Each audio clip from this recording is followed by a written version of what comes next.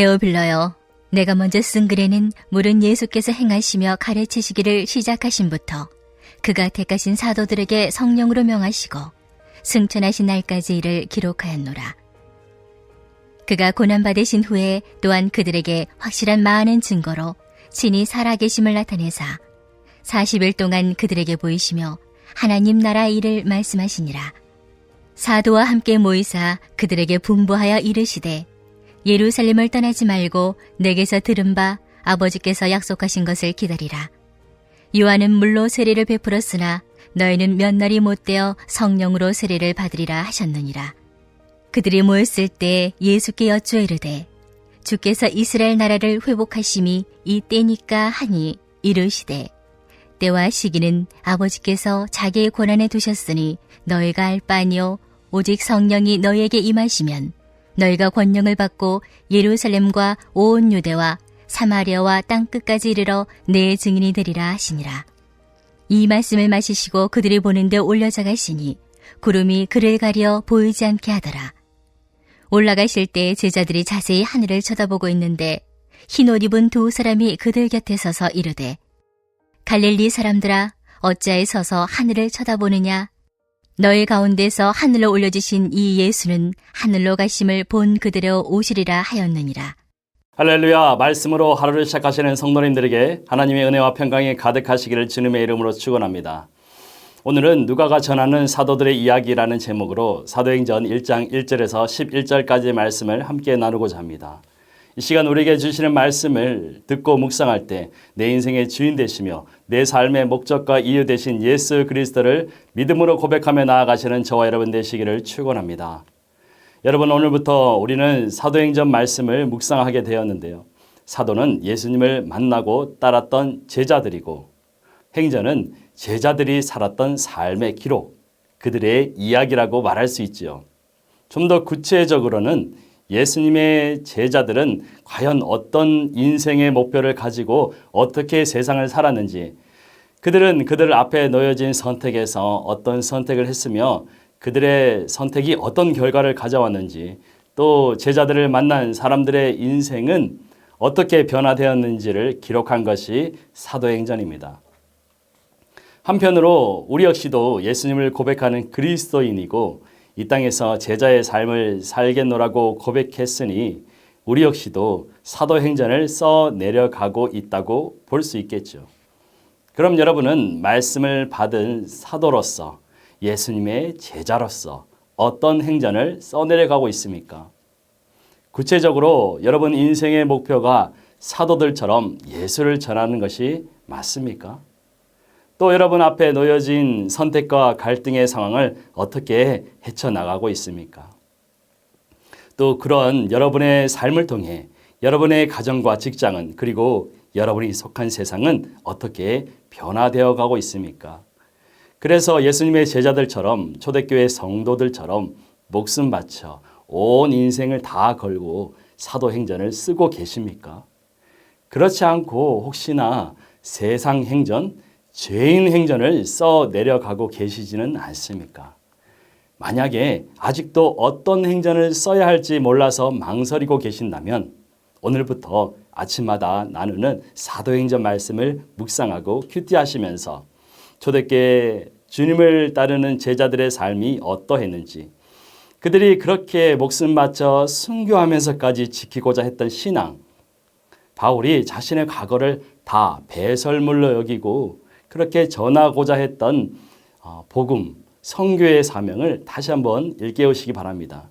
이를 통해 오늘 우리는 무엇을 향해 어디로 달려가야 할지를 깨닫기를 원합니다. 왜냐하면 지금 우리가 살아가는 세상에서 많은 사람들은 자신이 어떤 인생을 살고 있는지 알지 못해요. 예수를 믿는다고 고백하는 많은 성도들이 그들의 삶을 통해 무엇을 써 내려가야 할지 알지 못하고 있어요. 이에 우리는 사도행전을 통해 사도들이 전했던 복음이 무엇인지, 그리고 그 복음이 어떻게 전해졌고 그때 교회는 무엇을 했는지 살펴보고자 합니다.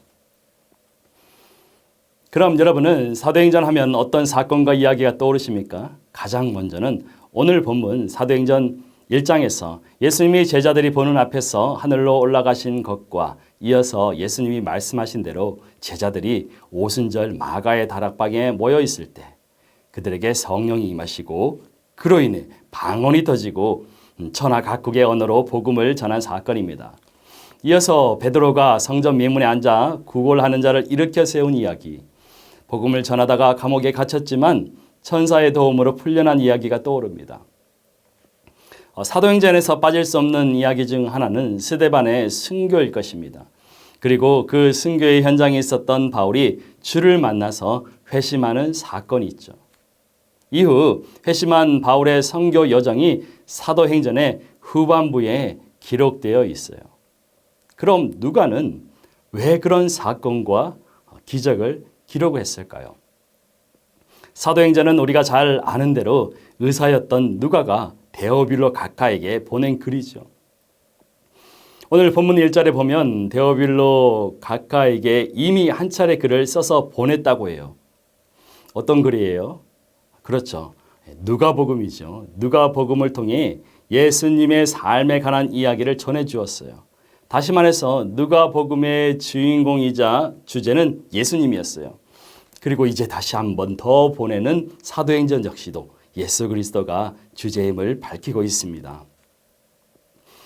초대교회와 사도들의 삶의 주제 역시도 예수 그리스도입니다.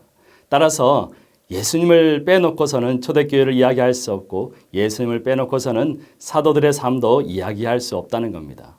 그런데 오늘 우리의 삶, 우리의 교회는 예수 그리스도가 주제가 되고 있을까요?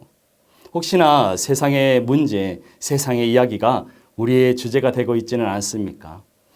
여러분, 어제 하루 동안 가족과 친구들을 만나셨을 때 무슨 이야기를 가장 많이 나누셨습니까?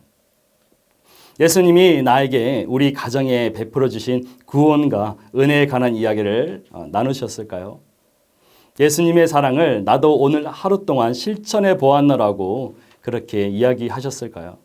그렇지 않고 혹시나 아이들 성적, 입시에 관해서 또 정치나 주식, 부동산, 집값을 주제로 온종일 이야기 나누셨을까요? 또 새로 생긴 맛집, 예쁜 카페 이야기, 새로 산 핸드폰, 명품 가방을 자랑하며 시간을 보내셨을까요? 여러분, 오늘 우리의 관심과 우리의 말의 우선순위가 예수 그리스도가 되기를 바랍니다.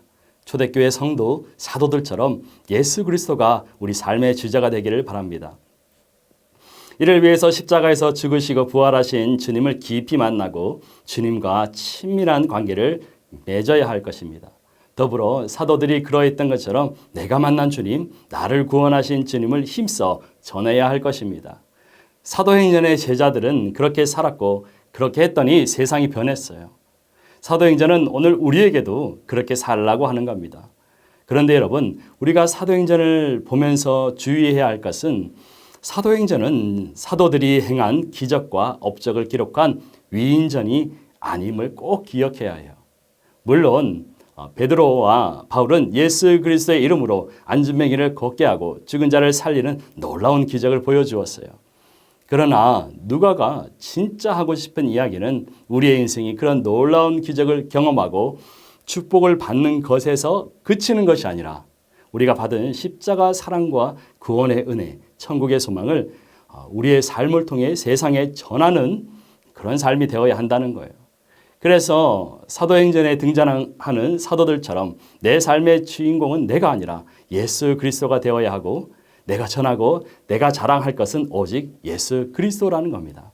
왜냐하면 사도들처럼 우리 역시도 하나님이 세상을 구원하시는 일에 부르심을 받았고 예수 그리스도의 복음을 전하는 도구로 세워졌기 때문이에요.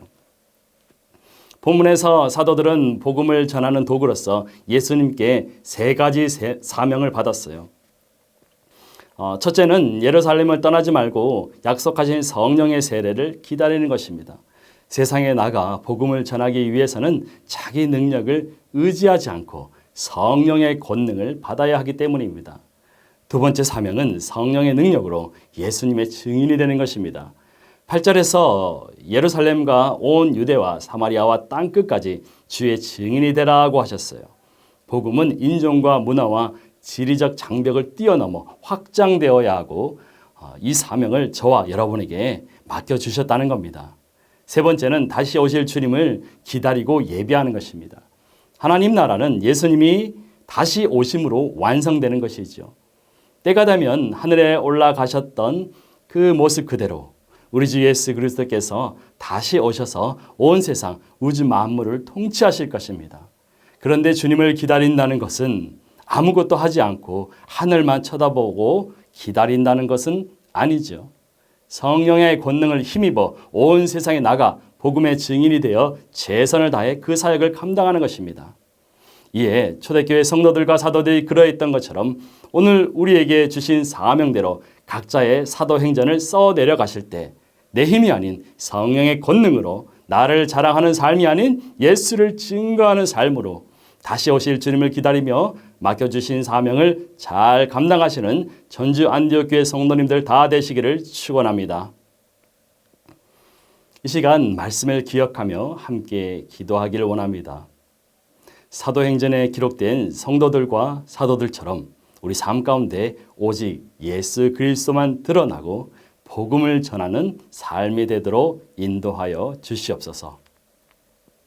두 번째 기도 제목은 오직 믿음으로 교회를 이루었던 초대교회 성도들처럼 우리도 믿음으로 힘써 기도하여 전주 안디옥 교회 새 성전 건축의 비전을 반드시 이루게 하옵소서. 특별히 앞장서 애쓰시는 오성준 담임 목사님에게 영육의 강건함을 허락하여 주시옵소서. 이러한 기도 제목으로 함께 기도하시겠습니다.